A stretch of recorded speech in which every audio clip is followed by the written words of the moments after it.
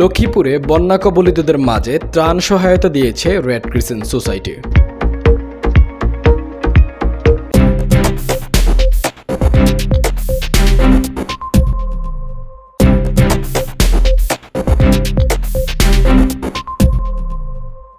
মঙ্গলবার ৩ সেপ্টেম্বর দুপুরে পৌর আইডিয়াল কলেজ ও হুগলডহরি এবং মজুপুর এলাকার বন্যা কবলিতদের মাঝে ত্রাণ সামগ্রী বিতরণ করেন রেড ক্রিসেন্ট সোসাইটির chairman major general Mohammad Rafiqul Islam. পাশাপাশি বন্যা কবলিত এলাকায় রেড ক্রিসেন্ট মেডিকেল ক্যাম্প পরিদর্শন করেন তিনি। এর আগে বন্যা শুরু থেকে জেলা বন্যা কবলিত এলাকার শুকনো খাবার বিতরণ করা হয় বলে জানিয়েছেন সোসাইটি কর্তৃপক্ষ।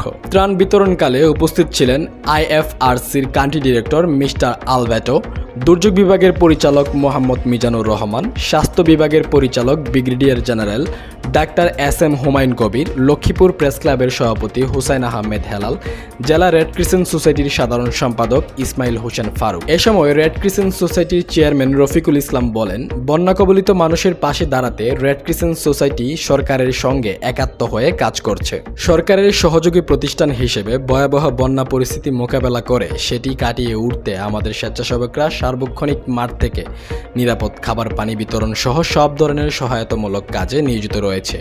এখন বন্যা কবলিত এলাকায় সহযোগিতা করা হচ্ছে। পানি নেমে যাওয়ার পরেও ক্ষতিগ্রস্তদের পাশে থাকবে সোসাইটি। এজন্য দোয়া চেয়ে দুস্থ মানুষের সেবা করার প্রতিশ্রুতি ব্যক্ত করেন সোসাইটি প্রধান রফিকুল ইসলাম। রিপোর্টার নজির আহমেদ, দৈনিক আজকের বাংলাদেশ, লক্ষ্মীপুর।